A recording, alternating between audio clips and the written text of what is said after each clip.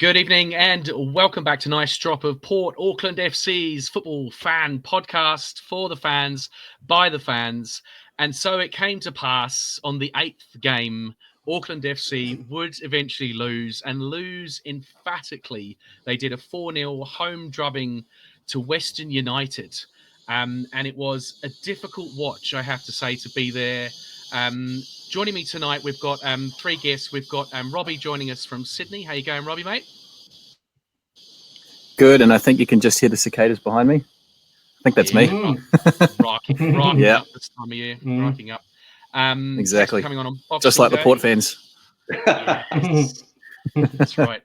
We've also got Lincoln Tans here. We'll go to Lincoln first. Lincoln's our special guest tonight. For those that don't know, Lincoln was a New Zealand Herald journalist for 20-odd years. I was just saying to him before the show, I used to be a journo at all, and I was always very envious of the scoops that you would get in the NZ Herald, Lincoln. So welcome. Lovely to have you on the show tonight. Thank you, Dale. And he's it's great to be be... Big Auckland fan as well. I'm a big Auckland fan, definitely. I'm a big football fan. Originally from Singapore. I mean, nobody cares about rugby in Singapore. I mean, football is our game, although we've got a shit team. But that's what I grew up with, and I moved here in 1997, and it's that just that hunger for football since moving here. I've always been a Manchester United fan. I mean, so I know what it's like supporting a shit team. 1999 was the year when they had football. Was that the Football Kings?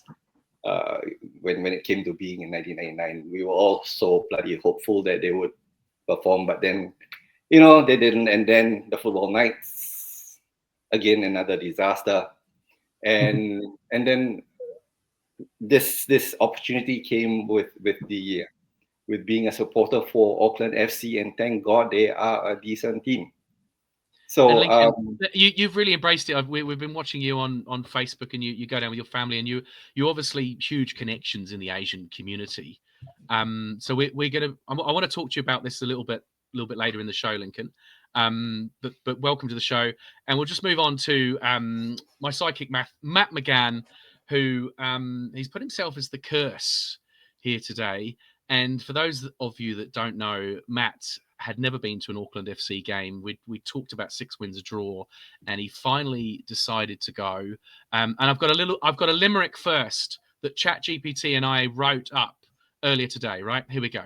And it goes along the lines of, there once was a fellow named Matt who donned his new Auckland FC hat. They'd won 6 in a row, but when Matt said, let's go, they lost, and that's the end of that. Stay away from Mount Smart. You've broken our heart.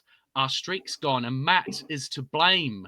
A curse, they all say. He must stay away, or we'll never win matches again.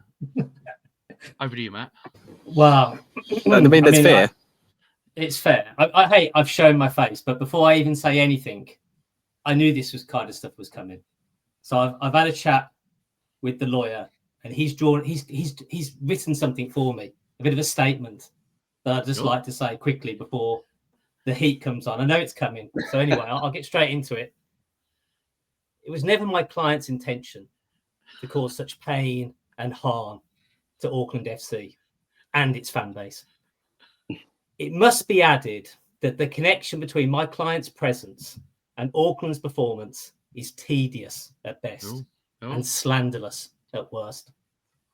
My client also cannot be blamed for the fact that clearly Verstraete was running around with Dad back. Gillian continued to run down blind alleyways, and a bit of a dodgy referee. Actually, it's funny you said Gillian there. I could have sworn I told him to say Brimmer, but it doesn't matter. Besides the point, I digress. All in all, my client is still fully behind Auckland FC, but will have to put some serious thought into any upcoming invites to Mount Smart Stadium. Right. Thank you. Zero accountability then, Matthew. It feels that way, doesn't it? Again, I just at the bottom it just says that any questions should be put to the law firm themselves. I've been told quite clearly to be careful with the with the type of words that's going to come out. So yeah, I've shown my face. You've shown your face. Look, it did seem like a bit of a narrative. I mean, like we've been having a bit of a lull here, Lincoln, about Matt and his non-attendance, and even I'll tell you a little story. Matt, I was delighted that Matt came down with me and my toddler. It was the day at the beach. The Auckland FC put on this phenomenal, massive sandpit for the kids, and again we pitched up. And a guy stops and says, "Oh, you guys you're from the podcast," to me, and then he looks at Matt and he goes, "Matt, is that you? Is that you?" Like I like how he was getting into the gag, And it just seemed from that moment something wasn't going to go right that day. We took our seats and look, it's nothing to do with us, of course. It was just one of those games. But let's have a talk about this game, Western United. I mean, from my perspective, Auckland, they seemed all at sea when it mattered, and I think I looked after 29 minutes, and Western United had already had 10 shots on target. Matt, you were at the game. I mean, what did you make of it? I mean, the first half they really came at us and done us, eh? Yeah, I feel for you guys. It's quite tough when you actually. I hate to go over this point again, but when you're actually there, it is quite tough to see. It's a lot easier to see the ebbs and flows of the game when you're watching it on TV. But it just felt like I can't even think Auckland really had much from the beginning, and they just I mean the midfield was it just felt like it was swamped. There was just no out. Every time the ball was coming towards the Auckland goal, there just didn't seem to be an out for Auckland whatsoever. It's tough, but I mean, they just got absolutely overpowered in the first half. Clearly did. Yeah. I mean, there was a decision that could have maybe gone either way, but I don't think it really would have made much of a difference for the end result. I mean, I mean, we'll get onto the players and stuff, but it just felt like there was. Just about that first penalty decision? If we can have a quick think back, and I rewatched it just before, and I realised that it actually cannons off of Sakai's foot, and then hits Elliott's arm, and then the penalty's given anyway. I mean, Lincoln, did you see the game? Did you? I did. Well, I wasn't at the game. I was watching it on TV. Yeah. What do you think to that penalty? Yeah, I mean, clearly it's a handball, but whether it's like you said, it bounced off Sakai's foot. So again, I mean, there are several decisions, the referee's decisions in the game are questionable. That's one of them. Yeah, well, we'll get on to the other ones. First questionable decision. Robbie, what do you make of that penalty? Is it if it comes canning off of someone's foot and hits an arm, is that a pen? You're on mute, Rob, I think. Yeah, because there's dogs and cicadas going on in the background. So I'm just, for the sake of everyone listening and watching, it's to try and reduce the noise. Yeah, hard one. I never really know what the rule is with handball. It seems like it changes week to week. It does. I mean, it does. To the eye test, it's a handball, but I guess the ruling, if it comes off a foot, I can't remember if it's off a defender's foot and it hits his hand. So whoever gets hit, if it comes off their foot and hits their hand, that's not a handball. But because it comes off Sakai's foot and hits a different defender, I don't know. To my mind, like when in doubt, go on the eye test, and it was a handball, and I can kind of live with that. It's just the inconsistency of the decisions week to week, because we'll probably see this happen in the next week or two, and it probably won't be given a handball, and then more questions will be asked. So I don't know. It's a hard one. So a slightly dodgy penalty. They put it away.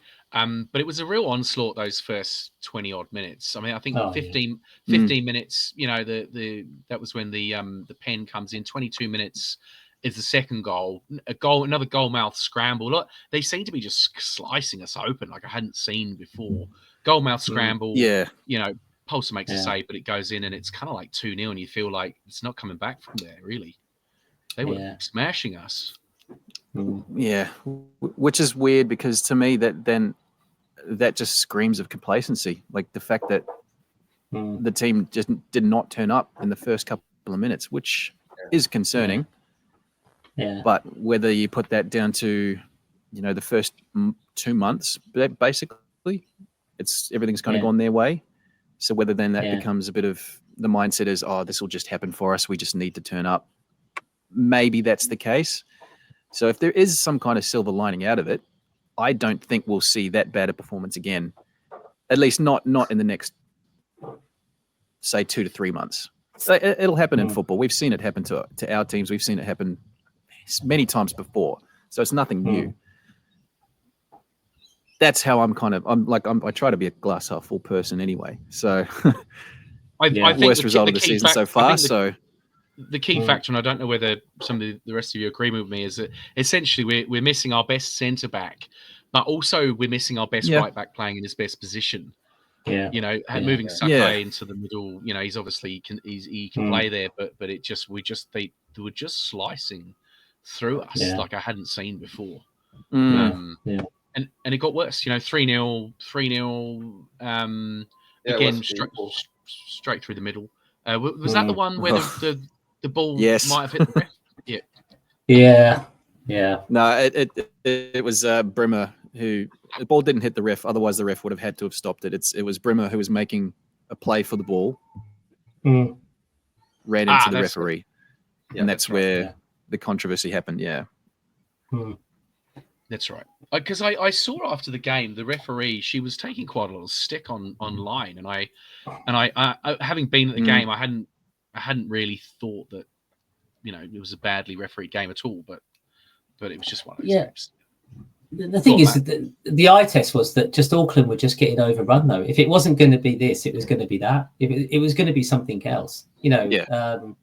They were always finding the space, particularly in the middle of the field. It was always the ball was just going out. The ball was, defended out, and it was almost instantaneously coming back. The midfield was just, and I think you're right. I think moving these people around, a bit like cricket. You've got a problem at number 3, and you've got a good guy at number 4, and they try and bump up the number 4 to number 3. But all you've done really is you've created two problems. Really, you've taken your best player out of his best position to try and fill a gap, and you've almost got the worst of both worlds. So I think there's a bit going on, really. Yeah. Lincoln, I'll bring you in here, mate. You've seen all the games. A significantly different kind of game to watch this one, eh? Yeah, I mean it's really painful. It's to be honest, I kind of switched off after the third goal by Ibusuki. It was just too painful to watch the second half.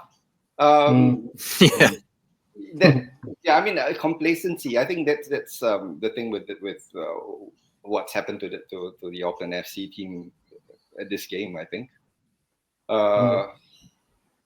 Clearly Dan Hall was missed, but then again, it's people are blaming the referee, but I think it's just the real people to blame are the players that they just didn't turn up.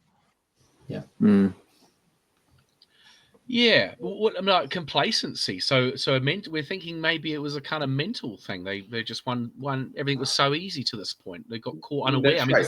The Western United players, give them credit. They were good. They were. They played damn well. Yeah, passing was brilliant. Yeah, I thought they were good. Yeah. If you watch them in the Sydney game, they were great. I mean, they don't deserve to be in that mid-table position. I think they're a good team. Absolutely. Yeah. So it was a pretty rubbish old game. The fans. I mean, I guess we talked about this in the podcast. We've been talking about this for a while, and what happens when the bubble bursts. And so the bubble burst dramatically. All there was a lot of silence at the ground.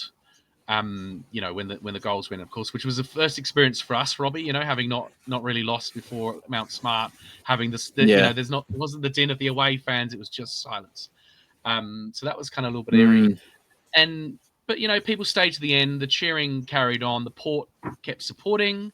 And I'm always listening. I'm always ears, and I'm listening. And some guy was yelling because he just bought a brand new shirt and he couldn't believe they were losing. And I'm like, oh no, is this the slippage? Is this the slippage of the fan base? Maybe he was the curse. Maybe he was. Maybe. Yeah, that's right. I'll happily pass it over. I think it must have been you, Matt. It must have been you. I think it was. Yeah, true. That's why I put the statement in. Yeah. Well, let's talk a little bit about Lincoln. I do want to talk. We cover the game. Let's talk a bit to you, Lincoln, about supporter bases. Of this club, and we have chatted already, on the show about where it's going to come from, how it's going to continue, and a city's connection to a football club. Tell us about Asians in Auckland and New Zealand. What type of love and passion, generalizing, because there's lots of people from the continent of Asia, but what's the passion like for football? Football is, if you look at the migrant communities, few would actually care about rugby. So football is the game for a lot of the migrant communities. And I think Auckland FC has done the right thing in trying to engage them. And from the onset, we chatted about this earlier in the program. But I got involved with Auckland FC by chance as well. I mean, through my work at the Herald as the diversity reporter, I'm also a member of the police ethnic advisory panel. And it just so happened that Rakesh Naidu, superintendent, was also a board member of New Zealand football.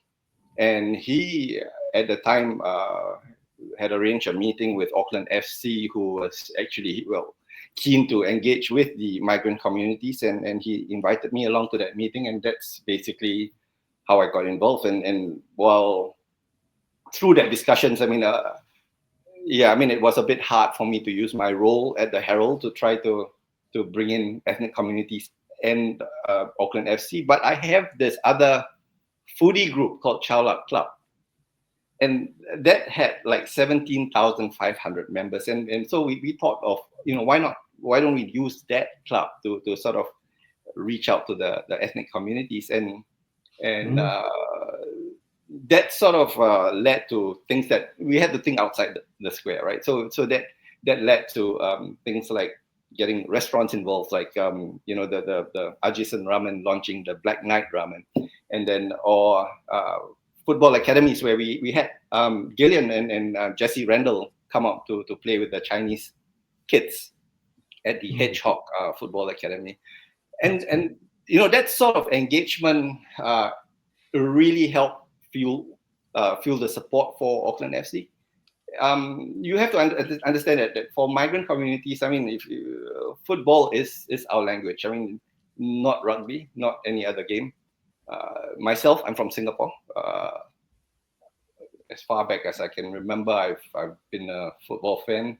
I remember watching the All Whites beating China to qualify for that 1982. That way back. That I was at the National Stadium for that game. Were you? And my whole family are Manchester United fans, and came here, moved to New Zealand, and there was this void that was just waiting to be filled. And I think for a lot of migrant communities, that we have that similar sentiment, and along comes, like I said, with all the disappointments of the Knights and the Kings, along comes Auckland FC, and the fact that they showed interest in trying to get connected to the ethnic community, that sort of warmed a lot of the communities up to the club as well, and that's why you see that big, massive fan base. I think we spoke about this earlier as well. The waving of the different flags from different nationalities, but even from among the communities. If you look at did you watch TV1 earlier? At the Ellerslie racecourse, there was the kid wearing the Auckland FC jersey. It was a news program for covering what Boxing Day like. And then just 2 weeks ago, I think I was at Manawa Bay, and we had, I think there was this guy of African nationality and someone else, but two jersey wearing shoppers, strangers. They were at the food court and they became instant friends. They started talking to each other. So it's what Auckland FC has done is actually massive. Yeah, that's awesome. Yeah, that's cool. I think you're right. So It's bringing many communities together, and football is the connector. That's right. I mean, like that whole bridging of it actually bridges cultural and national divides. This Auckland FC, it's something that I don't think any other organization or has ever been able to do, and it's really exciting seeing it happen. It is exciting happening. I've got a slight example of that for us actually on Saturday, and there was a guy sat in front of us, and I'm not quite sure where I'd place him in the world, maybe North Africa, Middle Eastern, and as soon as we went 1-0 down, he was moaning about the football. We were moaning about the football. 2-0, 3-0 down. We're all going to change it together. We've got a lot of good ideas, and it was exactly like you said. It's two very diverse groups of people just in that little microcosm on our little row. Coming together over football, and I see that down at the ground. All the flags, the French flag this week was prominent. The Chilean flag and the Colombian flag are always there. So yeah, I think the Asian community is one of our fastest growing communities, as you tell us, Lincoln, and I mean, are you getting the numbers down at the ground that the club would hope for from the Asian community at the moment? The first few. You see, I think what the club did, especially for the first, I'm not sure about the first few games. I know the first game, they were actually giving out a lot of free tickets to the ethnic communities, and I think that did well for them spreading the word. They just got involved, just stuck into the spirit of the game, and actually, I mean. All I can say is Auckland FC has done, in terms of engagement with the communities, they've done it right. Yeah, I think so. So are you going to the next game, Lincoln? Definitely, I've bought my tickets. I was lucky enough to hold back and not buy the ticket until today, Boxing Day, 50% off. I saw that bargain. Well played. Yeah. Yeah, so I got my tickets today. I went early and got a season ticket for me and the kids, which has been good. It's been good, and it means I don't have the admin. But it does mean I'm committed to every game, come rain. Right. Yeah. Well, so obviously Boxing Day today, and the Christmas New Year period. Auckland have actually got 2 games this week. One midweek against the Central Coast Mariners, and then we're at home to the Melbourne Victory. What does everyone think about football and A-League football during this period? Because I will slightly say, bearing in mind that particularly in Auckland and probably the Australian cities aren't quite as bad as this, but all Aucklanders get the hell out of Auckland over 2 weeks over Christmas and New Year, as we know. Robbie, what do you make of football this time of year? Well, I have a foot in both camps. Obviously, it keeps me in work, having a job. But I guess it's a weird one. It's, and I think this has been the A-League's kind of issue for quite some time, in that we are played over summer and we start when the other football codes don't. So there is clear air. And I mean, we also see like the Big Bash here in Australia, and I think the Super Smash starts up, if it hasn't started already in New Zealand. I could be wrong. Matt will know about the Big Bash. It's soon, I think. Soon. Yeah. Yeah. But it starts over summer anyway, so they kind of look to build on that, school holiday period in general. I don't mind it, but I guess it does. There's so many games that come very quickly, so part of me thinks about the player welfare side of things as well, having to back up. Like, for example, Auckland will play on Saturday and then have to jump on a plane. And I think it's be 3 days later, New Year's Day. That's not easy. It's Wednesday, I think, isn't it? Yeah. So I don't know where I sit, to be honest, is the short answer. I like it, but I also kind of don't. So I don't know how that answers your question, but yeah. Yeah. Yeah, I mean, I think from an Auckland FC perspective, a lot of people are away, but there's still a lot of people here, and I mean, it'd be interesting to see what sort of crowds turn up on New Year's Day, definitely. You know, any of us that aren't away at our batch or are, you know, going sailing around on our 18-foot catamaran just aren't really worth mentioning, you know. But we'll be the ones at the Must be games, nice. I guess. Yeah. You're not getting away to your batch, Matt?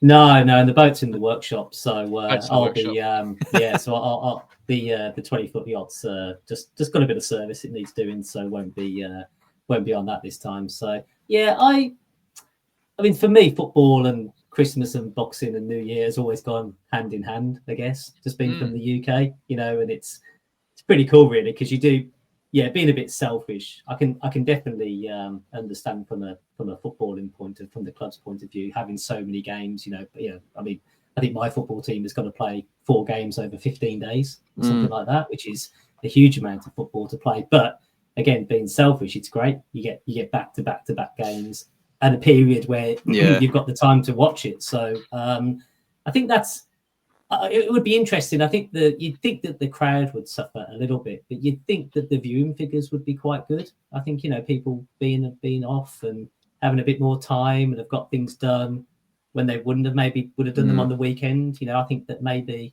that the viewing should be quite good for it. So but yeah, again, I'm not sure if that really answers the question. The only other thing that I thought maybe would that it's such a short season and that's quite difficult and that could suffer. Would they maybe have a break? You know, like some of the Italians and the Germans, you know, in their league, they kind of extend it over. But we've only just started. They've only just started. Well, that's already. That's true. That's the pushback. Yeah. I like it. I'm probably a foot in the or both feet in the. I like it. Yeah. Yeah, I mean, I'm with you. I mean, I like a lot of football over the Christmas New Year period, and it's great because I've got like English football to watch, and now obviously the Auckland A-League. Right. What about you, Lincoln? Happy for a bit of footy over the Christmas break? Well, look at the Boxing Day and the New Year's Day races. It draws the crowd, right? I mean, so having football on New Year's Day, I think it just gives something else for people like us, people who are not going away. I mean, like, so you've got the thousands who are out of Auckland, but then you've also got the many thousands who are stuck here and just looking for something to do. And I think it's great to have football on New Year's Day. That's true. Yeah. And for those who haven't been able to go to a game previously, you know, I think you see on New Year's Day you don't have the normal weekend chores where you've got to take your kids to football or what have you. That's right. You actually have that free time and So I think it'll be interesting to watch. I mean, like just looking at the numbers, but I think it'll be high. It'll be interesting to see. It won't be the Phoenix high, but then it'll be in the probably 10,000-15,000 at least. Mid-range sort of crowd, which is still a good crowd. Well, are we still the most attended team in the A-League? I think we were last week when I looked at it in terms of attendances. Auckland so far. I think so. We'd be up there. I mean, I don't think we should get. I mean, well, let's talk about how despondent we should be about this defeat and going into these 2 games. So we've got 2 games in quick succession. You know, the team looks like it's a bit shaken by that result, I have to say. How do we, Matt? Do you want to start? How do you feel the team's going to react to this? And well, we get on a little bit later about what changes we can make. But this group of players. I mean, I was actually going to go from the point of the personnel. I think there's a change or two that I think we will be seeing. I think it'd be quite rare to lose 4-0 at home and not see at least a couple of changes, 3 changes or something like that. But I mean, hey, it's a bit of a buzzword, a bit of a cliche, but it's character, isn't it? I expect to see something. I think what I think we'll see. I think it goes hand in hand with the personnel and how they'll react. But it wouldn't really surprise me if the next game ends in a bit of a 0-0. It's away from home, or a 1-0, smash and grab for Auckland or something like that. I think that's how they're going to react. I think Steve's going to make sure that they're really set up and they're drilled, probably as we speak, or probably not as we speak right now, but obviously the training that's going to go before the game to make sure that he's going to keep things pretty tight at the back. Yeah, he's not going to be. He's going to hopefully learn from what he saw, and And again, yeah, I think that'll go with the personnel. I think there'll be changes. Yeah. Robbie, agree. Sorry. Do you think Tommy Smith will come on? Yeah, that's probably where I see a change. Yeah. Yeah. That's the big change for me. Like I think we miss a lot by not having Saka at right back. Yeah. I think we need a vocal organizer, which Tommy Smith is. You know, he's just that old school, hard nosed centre half. So I think by putting Saka on the right, where you saw him dominate the first month and a half, Tommy Smith can take that experienced role, because I think it's important in a spine. You need to have, particularly as central defenders, you need to have either one, ideally two, really strong vocal character organizer. And I just don't know if Hiroki Saka is that. Which he doesn't like, and you know, I mean this in the best possible way, because his Japanese, the English isn't great, whether it's that the communication with the rest of the team is actually quite getting through, whereas Tommy Smith just is a natural. He's a former white captain. So he has that. I don't think Nando's quite there as a character. I don't know how vocal he is. But by having Tommy Smith as the experienced head there, that I think would shore things up 100%. And then going forward, more changes. I think Nato Moreno has to start, I think. And I'm assuming most people would agree with that. And then, well, I mean, we called for Moreno last time to start, and he didn't do much on Saturday, did he? I mean, mind you, nobody played well. No. But, it just, I don't think it went his way. Yeah, no. I'll let Lincoln jump in next, but I think as we get onto the ratings, I mean, I looked quite a bit on the on the website that does the ratings, and I think actually those numbers will kind of actually highlight kind of what it thought. But yeah, I'll let Lincoln go. Here's Matt's ratings. Let's respond to these. Well, I think with the ratings the thing that really sticks out actually is that Elliot gets a 5. Actually, Elliot is by far the worst scoring when I looked at both sites that rate the back four or the 5 as a collective. He was actually quite, I think 5.5. I think collectively he was around the low 5s, whereas actually someone like Nando, he was actually quite high. De Vries was a bit whatever, but Sakai wasn't too bad. So it's obviously picking up that I think Auckland suffered quite poorly on the right hand side. That's where a lot of maybe tackles or challenges or possession. I actually felt like the midfield didn't do a very good job. Well, I think we were getting sliced open so easily. I think where the numbers get really thrown out is that when these websites look at players, actually Auckland had a pretty decent end to the first half, and they had a pretty strong second half, and obviously then conceded towards the end. So I think it takes into account what they did with the ball when they had the ball at the end of the first and at the majority of the second. But again, as you can see, the numbers aren't jumping off the page. I mean, no one barely gets above 6.5. I think only May gets above 6.5. So, but yeah, I mean, Gallegos gets 5.5, and Mastrate, I think, is lucky to get a 6. So yeah, that reflects that the midfield was overrun for sure. Yeah. I just also want to pick up on this Tommy Smith idea, and I was reading quite a bit on the socials, and a lot of people saying, of course, Tommy does have that vocal leadership. He's a big person and personality around the camp, but his legs have gone. That's what some people were saying on the socials, and he is getting to that age, and I did see it against the Phoenix, and if we defend high up the pitch. How is Tommy going to go at this level now, at this age? Yeah, I think then with that, it becomes a tweak of style, tweak of formation, because I think Nando's got the pace to kind of cover that. You can hide aging legs by having a quick centre back next to them. I mean, it's maybe not quite Dan Hall kind of pace, but I think Nando's quick enough. It's just then you have to kind of cheat it a little bit. Obviously, if you're pushing forward, Nando's probably got to have to stay back a step or two just to kind of, as the safety net.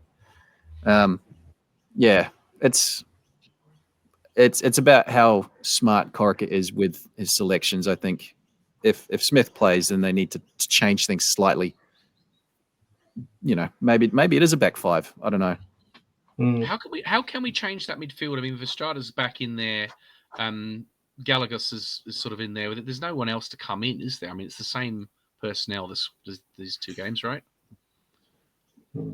Yeah. Otherwise, I think it's either McKinley or even Brimmer comes back into that holding role potentially, which he did a pretty decent job when Verstrata came off in the derby. I feel like the City game. a couple of injuries, and we feel like we're a bit thin now. What ideas? So there's a January transfer window coming up. Maybe Robbie can give us a little bit of an insight into this. Now we've got some wages freed up. Is that right? Because Joey Champness has left, so we've got room for a signing. Is that where we're at? We can bring in a decent player from somewhere, and how does that work? There's no transfer fees? Yeah, I think that's how it'll work. They do have the option of marquee signings, which will go outside of the cap. But that, the club doesn't strike me as something that would do it that way anyway. They haven't really done those, the big name marquees. I guess it's just who's available, because there is no domestic transfer system in place as yet. I think that's something that the A-League is working towards anyway, that Football Australia is working towards. But it's, an A-League club would have to release a player for another A-League club to come in for them, basically.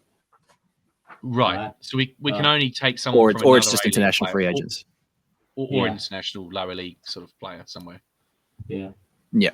And I looked at it earlier. I think that the window in Australia opens January 16, I think, 15 or 16, and it goes until Feb 12, somewhere around there. Right. Okay. And any inside intel, Robbie? Any scoops on who we might get? Any ideas? Well, I haven't heard any scoops, and it literally just dawned on me today. So, long story long.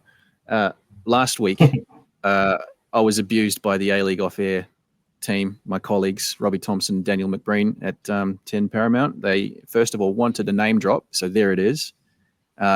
In return for a name drop on their podcast. Of course. So keep an eye out. Goes without saying. Yep.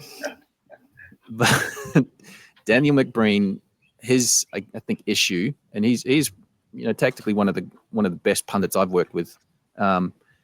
He's picked up that there's 2 issues. Well, one of them's his, one of them's mine. 2, the issue is that Auckland doesn't have like a 20-goal striker to his eye. So I don't know if Guillermo Mai's that kind of that productive output striker, whether he's capable of bringing the 15 to 20 goals, or at the moment it seems like the goal is going to be shared around a bit. But who's that focal point? So it kind of just dawned on me today that someone like a Bruno Fornaroli, who is on the outer with Melbourne Victory and is the league's leading goal scorer of all time, he's up there. If he's available, he's a genuine number 9 who will run for days, who can score from anywhere. Is he an option for Auckland FC potentially? So someone like that, maybe a bit of a hot take. It'll probably never happen, but how does that deal, option, how would that deal come about though? Like Auckland have to, go to Bruno or go to the club, or they don't need to pay Melbourne anything. Then Melbourne have to agree to release him. Is it? So he would have to be released by Melbourne Victory, and then as a free agent, he'd be able to be picked up, or unless Melbourne Victory loan him to Auckland. There is precedent of A-League sides loaning between each other. But for someone of Bruno's caliber, I don't see it happening anyway. It was just a name that kind of dawned on me and went, actually, he would look very good in our colours, and 2, he would actually be that kind of focal striker. But as Blair said in the YouTube chat, we've already filled our visa slots, so it's an impossibility. And 3, I love the theory that we're really leaky at the back.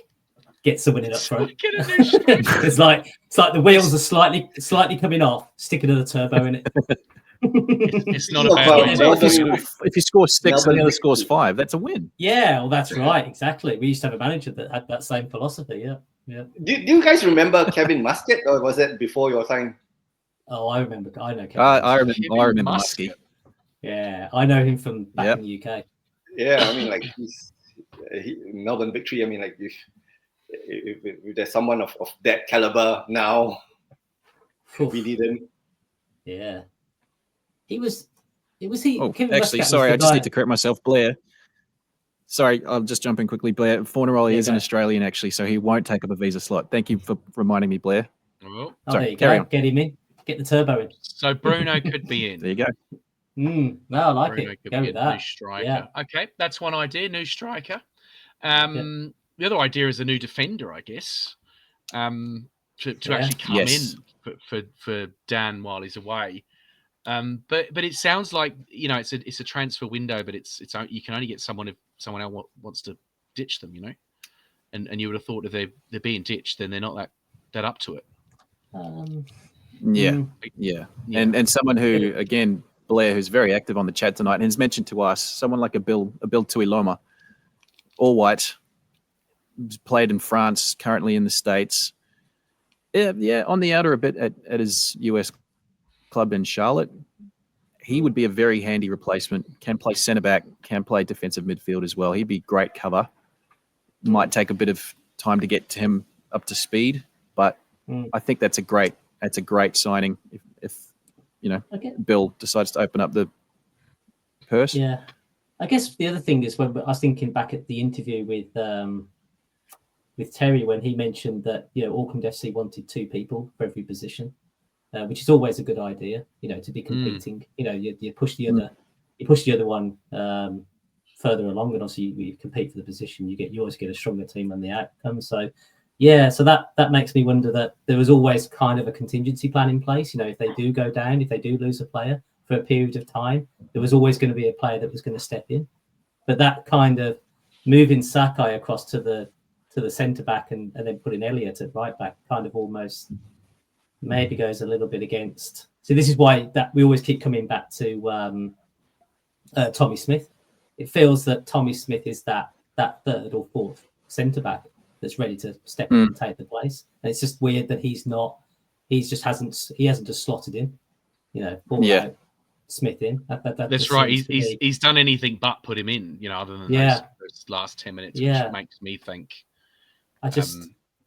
Maybe he's not ready. Yeah, it's weird. Yeah. Yeah. We'll have to see how that goes. 5 at the back always feels like an option as well. Yeah, but you're right. Defense is somewhere we need to fill as well. Sorry. Yeah. No, I was going to say, Lincoln. What's your thoughts on this? Any ideas to fix the team? I think we've got the Tommy Smith thing is still to me that important plug. I mean, regardless of what is, I don't think he's of that. You talk about aging legs and all that. I think he's still got a few good games left to play. Definitely. And Corica, I think he's still. We've got a decent team. I mean, like I don't believe that just because Dan Hall's out and that the whole thing collapses. I think it's just what happened. I believe that what happened last week was just a one-off. We'll bounce back and we've still got the personnel, and I think I mean, like if you look online, you hear people talking about that Tommy Smith thing, and it still puzzles me why he's not being played, because I think he would actually be a great gap filler for Dan Hall. Yeah. Absolutely. You know what else? What else annoyed me was in the 11th minute. I was watching the replay back today. Auckland played out from the back, and nearly screwed up in the 11th minute. I don't know if anyone actually remembers that. And they nicked the ball off us right in the box and put it in the side netting. And I just you look at it back and you're like, why? We're depleted at the back. We've got different personnel in there. Like, can we not just knock it long? Sometimes, but it's the way we play foot. It's the way professional football is now. It seems. Lincoln, what's your views on all this? What are your thoughts on Paulson? I mean, do you think he's actually lost a bit of his confidence in the last 2 games? Oh, I think he made a couple of good saves still, reactive saves. Yeah, against Western. don't know about lost his confidence. I think the defense generally has lost a bit of confidence. Yeah, might be tricky with just with the reshuffling in front of him is always in effect. If you're playing, he's probably when Hall was playing, he probably could say to you, I could receive a pass from this side. I could almost probably guarantee where Hall would be. But then you take Hall out and Sakai moves here and Elliott moves over there, and it's like, oh, okay, they haven't quite up to speed, or that's how he. Yeah, so maybe that doesn't help. But what we're forgetting is just how many shots we allowed Western to have in this game. Oh, compared with all those, so you're all it's you can't look at the defense and goalie. I think the protection wasn't there in this game. It was just a little bit all over the shop. Yeah. But so we move on. We've got 2 games in quick succession. Well, let's start with Lincoln. Like we're away over in Central Coast, and then we've got this victory game. How do you think we're going to bounce back, Lincoln?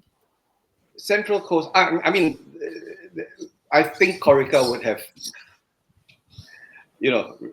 really spoken to the team, and I don't think we'll see a repeat of last week, because if you've watched if you've watched the last 7 games until the 8th where they fell, I think we've got a pretty steady team and a bit of complacency set in the last game, but they're going to bounce back with a lot more confidence, I feel, in this Central Coast game. Yep, Central Coast. And Robbie, what do we know about Central Coast? Are they any good? Please tell me the crap.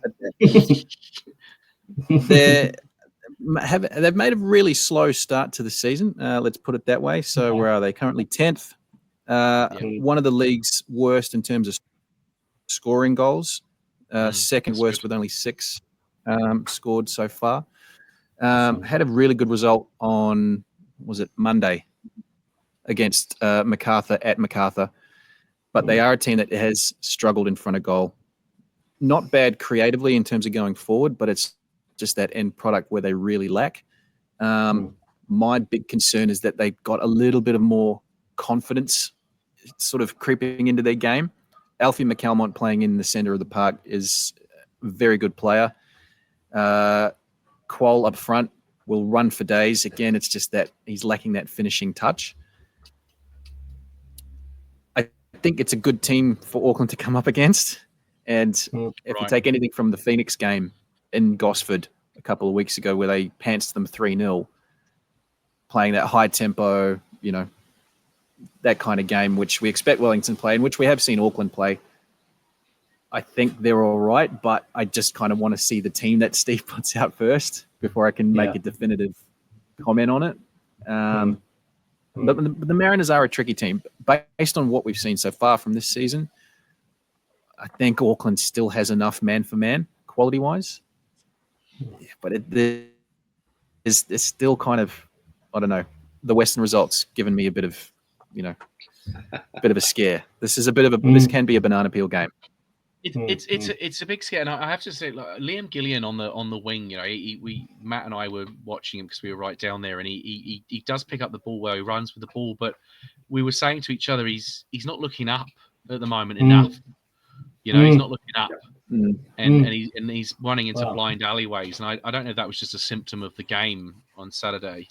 Matt, did you notice that? Wow. Well, yeah, not only did you notice it, I noticed it. My lawyer noticed it. I mean, he doesn't even like football, and even he noticed it. I don't think he even noticed it. He didn't even watch the game, and even your lawyer sounds very, very much like you, by the way. He does, yeah. I wouldn't shifty, yeah. Like all this, yeah. I'm just, it's fascinating. It's going to be fascinating to see the TV puts out what Robbie said, because we've actually kind of got into a very easy lull with Auckland. Yeah, the results have been churned out. The team has stayed quite the same. It's all been kind of quite plain, pardon the pun, plain sailing. But it'd be interesting to see what he does. Again, Auckland just haven't. You just don't become a bad team overnight. They're a good team. They're top of the league. Correct. They've scored decent goals, and they've kept clean sheets pretty well up until the last 2 games where the unfortunate injury came. So. Yeah, I think they'll figure it out. I think they'll be able to bounce back. I see a draw. I see something very tight. I see a 0-0 usually. What happens when a team gets pumped at home? Yeah. Yeah, I think getting a point over there would be a good platform. And it is 2 games on the bounce, and you go away to Central Coast, like Robbie says, quite a bit of travel, get over to Aussie, come back, New Year's Day game. A lot of expectation. Mount Smart, Melbourne Victory they're a good side though, aren't they? Melbourne Victory. Yeah, very good side. And this I think similar to what City was a couple of weeks back. Victory would be now their biggest test at home, particularly if worst case scenario we don't come away with anything from Gosford. That's going to be a huge game because you're looking at Auckland potentially, if results kind of go their way, they won't be sitting atop of the table. Victory most likely would be. And Victory are aside, even though they still have an interim manager, what they've done so far this season and the attacking firepower they have, in fact, firepower right across the park, that's going to be such a dangerous game. So it's they need to get some kind of momentum. They need to get something from Gosford to go into New Year's Day with some kind of confidence. Yeah. Good point. Yeah, definitely. Yeah, and it's 2 very close games together. 2 defeats would really knock the confidence. I mean, I do agree with all of you that it's been such a great start, and this team have proven they can win many games and take teams on, and so we shouldn't be too despondent. I guess the players and the coaching staff they'll be talking to each other and just saying, look, well, we expected to lose at some point, right? Like we can't. I know it was a bit of a tonking, but it's just one game. Put it behind them and then move on. That'd be the chat, I guess, definitely. around the traps. What about the Aussies over there in Sydney? Are they happy that Auckland have finally lost a game, or give you a bit of stick? I've been copping it seriously. Just people at work, just wheels are coming off. Here we go. Couldn't have lasted. All that sort of thing. Yeah. No, it's I think there's a little bit of happiness there. Auckland's, there's some kind of chink in the armor. It's yeah. But it's football. It's going to happen. I certainly didn't expect Auckland to go through 100% record because that's just never going to happen. But I don't know. It just and to loop back on the other point I was going to make so Danny McBreen mentioned this, the lack of goals up front. We've got a defensive gap.